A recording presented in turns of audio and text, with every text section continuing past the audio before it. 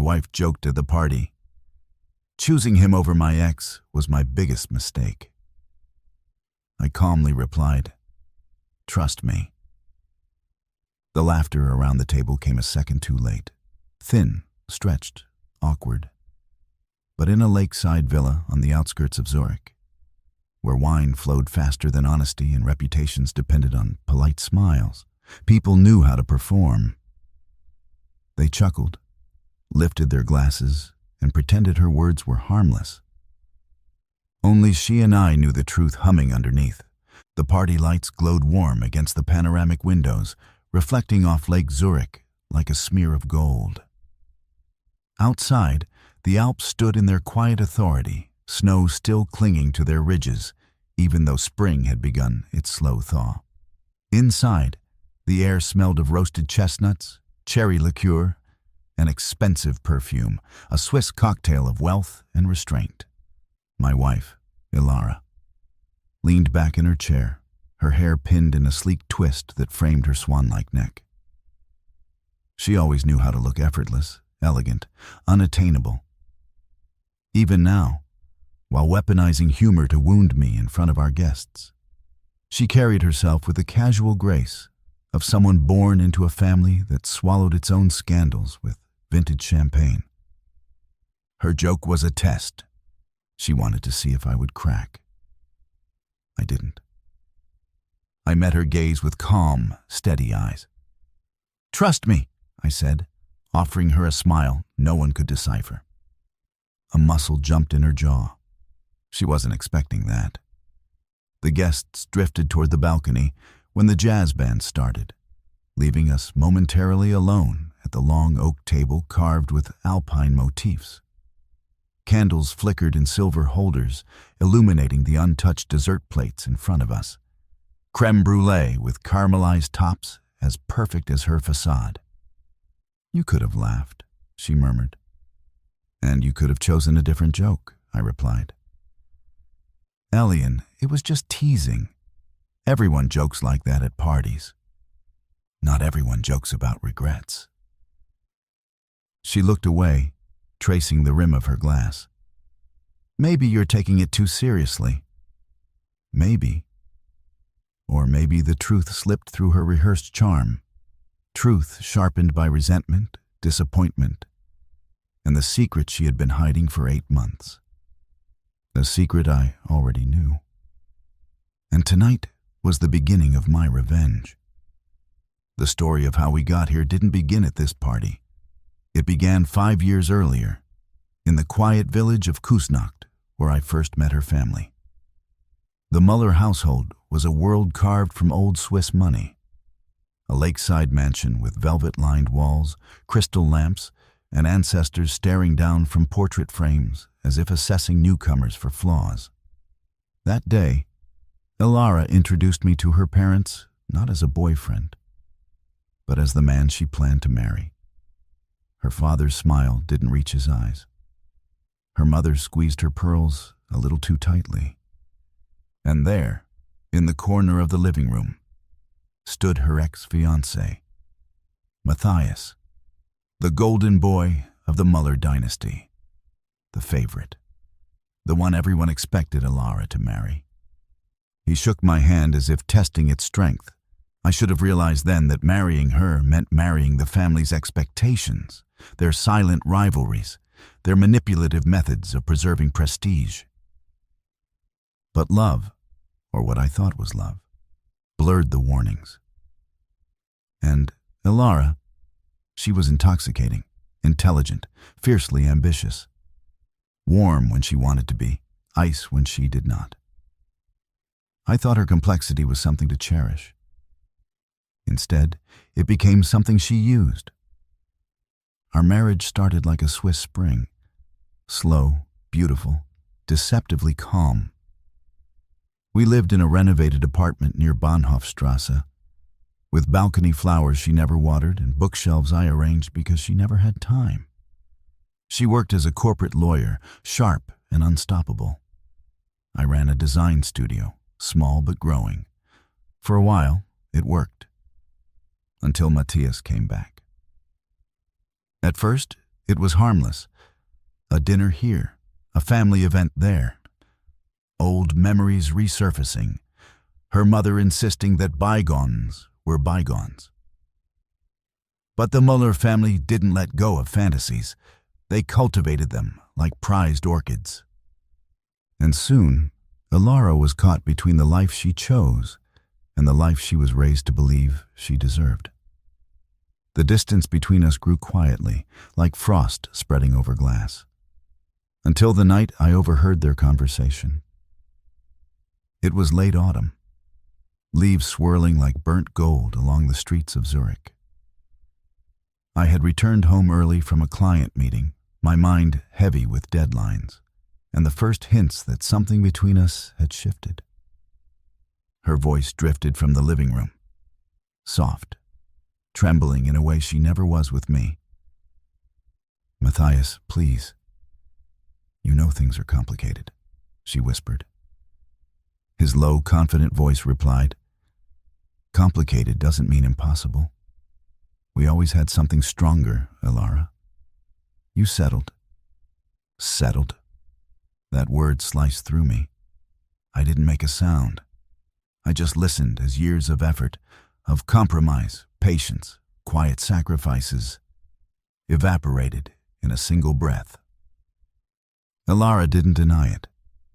She didn't say she loved me. She only said, "I need time." I slipped out before either of them noticed, stepping back into the cold night. That was the moment I began planning. Not from rage, from clarity. Revenge, I learned, is not about destruction. It's about revelation. About letting people expose themselves under the right light. So I waited. I observed. I became the calm, steady husband everyone envied. And I gathered everything I needed. Back at the party, Ilara smoothed her dress and stood. "We should join the others." "You go ahead," I said. "I'll take a moment." She hesitated. For the first time in months, uncertainty clouded her perfect composure. Something in my tone rattled her. My calm, perhaps, or the weight beneath it. But she left, and I put the first part of my plan into motion. I crossed the room to where her father, Heinrich Müller, stood with two executives near a marble fireplace. The men paused mid-conversation when I joined them. "Heinrich," I said, my voice soft but deliberate. "I found something at the office you might want to look at." He raised an eyebrow. "Something concerning the Zurich Trade Consortium?" I nodded. "Internal audits. It's better we speak privately." He excused himself from the group and followed me into the study. As soon as the door closed, his expression turned stern. "What is this about?" I handed him a folder. Inside were copies of financial documents, emails, hidden transfers, quiet debts, all tied to a strategic acquisition he planned to announce next month. Documents Matthias had leaked to sabotage him. Documents I had intercepted. Heinrich's face changed shade by shade. Shock, anger, calculation. "Where did you get this?" "Your future son-in-law is not as loyal as your daughter believes," I said calmly. "But you can decide how to use the information." He exhaled slowly, like a man realizing the building he thought was solid had cracks down its foundation. "Why show me this?" he whispered. "Because I'm tired of being underestimated." When we returned to the balcony, the atmosphere had shifted. Matthias was at the center of a heated discussion, his voice rising defensively. More guests watched than listened. Ilara stood beside him, face pale. Heinrich stepped forward, authority radiating from him like a storm. "Matthias, we need to discuss your recent financial decisions." Matthias froze. The room stilled. Ilara's eyes widened, darting between her father and me. She understood. She understood everything. "Father, what are you talking about?" "Enough," Heinrich snapped. "We'll continue this privately." He signaled 2 board members to follow. The humiliation was immediate, sharp, undeniable. Matthias shot me a look filled with venom as he was escorted inside. Ilara's breath hitched. She grabbed my arm, nails digging into my sleeve. "What did you do?" I turned to her, voice quiet but unyielding. "I told you. Trust me." Her lips parted, fear and betrayal shimmering behind her eyes. Not the betrayal I committed. The betrayal she thought she hid. For 8 months. I leaned closer, lowering my voice. "You chose him emotionally long before tonight. Now your family will see him clearly. And you'll finally see me clearly too." "What are you saying?" she whispered. "That I don't need to raise my voice to end a man." Her grip loosened. Her world cracked. And the revenge I had crafted, not loud, not cruel, but surgically precise, finally took hold. In the weeks that followed, Matthias's reputation unraveled. The consortium paused all negotiations with him. Investors pulled out. His polished confidence frayed. Ilara's parents shut their doors to him completely. And she? For the first time since our marriage, she came home early. She cooked dinner. She asked questions. She apologized, not with words, but with silence heavy with regret. But I didn't take her back emotionally. I wasn't cruel. I wasn't vindictive. I was something far more dangerous to a family that thrived on power. I was indifferent. And that indifference made her unravel. One cold morning, she sat beside me at the kitchen table, tears slipping silently down her cheek. "Elian," she whispered. I was wrong. I looked at her, truly looked, and felt the last of my resentment burn out. Not into forgiveness, into closure. "We were wrong," I said gently. "Both of us. But I'm done being the halfway choice in your life." She lowered her head. Outside, snowflakes drifted across the rooftops of Zurich. Quiet, steady, erasing footprints no one remembered. My revenge was complete. Not because she suffered, but because I walked away whole.